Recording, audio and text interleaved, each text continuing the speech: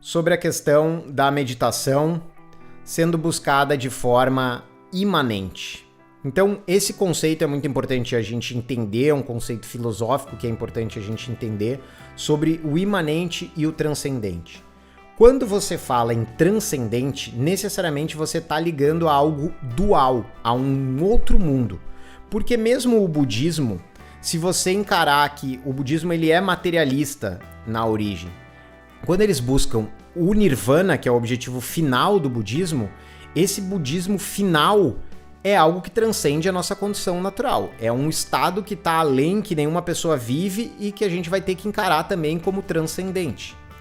O imanente seria apenas aquilo que está aqui, aquilo que existe nessa vida, no mundo sensível, tal como a gente consegue perceber e compreender. Nós não compreendemos tudo porque o nosso próprio cérebro ele tem uma limitação de processamento. Mas isso não significa que o que a gente não explica precisa ser necessariamente transcendente, precisa ser algo do além. O que a gente não explica, muitas vezes é desconhecido, tal como eram desconhecidos diversos fatores lá atrás e hoje a gente conhece. Então, se você busca uma meditação no além, você busca essa meditação para sair da roda da vida, para sair de tudo, você vai ter que se isolar do mundo a tal ponto de afastar de todo tipo de prazer, para afastar até mesmo das pessoas que você gosta, se afastar de todo vínculo que vai gerar em você algum tipo de estímulo emocional. Mas, se você pratica a meditação tal como a gente vê no Yoga Teu, uma meditação voltada para o imanente, tudo isso está relacionado à sua vivência do seu cérebro. Você pode fazer com que a meditação seja um processo de redução da angústia, de descanso da mente, de baixar o seu nível de cortisol, de baixar a sua resposta raivosa, a sua resposta emocionada. E você pode ter uma meditação tal como você faz um exercício físico, só que para o seu cérebro. Você não vai mudar os efeitos, porque a técnica acaba sendo a mesma, que é você usar uma âncora e se sustentar sobre ela. Mas se você tem uma visão que é necessariamente transcendente, você vai sempre ficar esperando que essa transcendência chegue. Não, uma hora eu vou conseguir aqui, uma hora vai iluminar tudo, uma hora vai eliminar. E o máximo que você consegue chegar de fato é uma atenção e uma quietude da sua mente, sem extinguir totalmente os pensamentos, mas você consegue chegar numa quietude da mente. Uma quietude que faz bem para a sua autopercepção, que faz bem para a sua concentração, porque para fazer isso você vai ter que exigir a sua concentração, e que vai reduzir o seu desgaste mental. Então, não precisa que a meditação seja transcendental para ela funcionar. A meditação, se você não busca esse mundo do além, ela vai funcionar muito bem, tal como você faz agora, ela funcionando simplesmente no mundo imanente. A nossa visão do Yoga Teu, ela é uma visão de um yoga moderno, porque é um yoga que não quer negar tudo que vem sendo descoberto pela ciência. E quando a gente fala, quando a gente pensa e a gente estuda com relação à consciência, tal como os hindus entendiam, a neurociência ela não vem mostrando evidências nesse sentido. Pelo contrário, ela vem cada vez mais demonstrando evidências de que a mente, a consciência e o corpo, eles estão todos relacionados. Eles são uma coisa só. Não existe mente, corpo e consciência. Tudo é parte da vivência do ser humano, daquilo que ele consegue processar em termos de informação e que aquilo produz, de fato, vai produzir efeitos. Se a gente não quer negar tudo que a ciência vem descobrindo em termos de neurociência, a gente precisa entender que a consciência ela é parte do nosso cérebro, que a consciência nada mais é do que uma função do nosso cérebro que nos diferenciou dos outros animais. E agora eu vou ter um tempinho aqui para responder essa pergunta que o Marcelo colocou aqui, que ele falou assim, ó, bem no começo aqui da live, ele falou: se a natureza foi capaz de criar nosso cérebro inteligente e consciente, a própria natureza não seria consciente e inteligente, não existia uma coisa de criou-se, não existe alguém interferindo ali falando assim, vamos criar um cérebro desenvolvido. O cérebro, assim como todas as partes do nosso corpo, ele é fruto de uma evolução natural.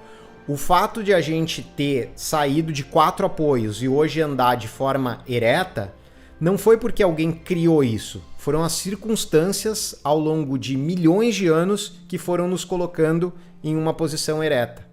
Da mesma forma, o cérebro não foi criado por ninguém. Ele é fruto de circunstâncias que foram acontecendo com o ser humano e que foram moldando esse cérebro de uma forma extremamente elaborada, que hoje o cérebro é considerado a parte mais elaborada do universo que o ser humano tem conhecimento. A gente não conhece nada tão complexo no mundo inteiro, no universo inteiro, tudo que a gente conhece, não conhece nada tão complexo quanto o cérebro humano. Isso não significa que alguém criou, que a natureza criou. As questões do cérebro, elas são frutos de combinações químicas que foram ali desenvolvendo diversas capacidades, entre elas a capacidade de contemplar, como a gente está vendo hoje, a capacidade de raciocinar, a capacidade de reagir instintivamente. Ele é fruto de uma evolução química que passou pelos processos de circunstância em que o ser humano foi submetido. O fato de a gente ter tido a linguagem de uma forma tão elaborada e muito diferenciada dos outros animais fez com que o nosso cérebro se desenvolvesse cada vez mais num nível que nenhum outro animal precisava. Então não foi uma natureza consciente que criou as árvores ou uma natureza consciente que criou os animais. Foram as circunstâncias dos acontecimentos que foram fazendo isso. Então, o fato de ter batido um meteoro e ter matado os dinossauros influenciou também a criação do cérebro humano, porque foi a partir disso que outras espécies começaram a sobreviver e que essas outras espécies tinham outras formas de se defender, e isso fez com que as combinações para manter a vida estimulassem o funcionamento do cérebro e ele foi se desenvolvendo tal como a gente conhece hoje. Então o cérebro, ele é um sistema que se adapta muito, existe o que é chamado de neuroplastia do cérebro, que é a capacidade do cérebro de se moldar, de se modificar, e isso não é fruto de nada criado conscientemente. Tudo é fruto de circunstâncias pelos quais o cérebro acabou passando e ele acabou desenvolvendo todas essas habilidades, tá? Em boa parte fruto da nossa comunicação, mas a gente pode também levar em conta a questão do polegar, né? Que é algo muito falado. O quanto o polegar do ser humano, que diferentemente dos outros animais que não tem isso, fez com que a gente tivesse uma capacidade de manusear os elementos, e isso foi criando também processos mentais. Porque se você pegar uma ferramenta e começar a trabalhar com ela, naturalmente você vai começar a desenvolver o seu cérebro. Você pensa em ferramentas muito rudimentares, desenvolvendo cérebros muito rudimentares, tal como a gente tinha na antiguidade. Então isso fez com que um pau ali, que a gente deixou mais fino, a gente fez uma relação que aquilo ali poderia perfurar algum animal e salvar a nossa vida. Isso fez com que o nosso cérebro, ao longo de milhares de gerações, fosse desenvolvendo.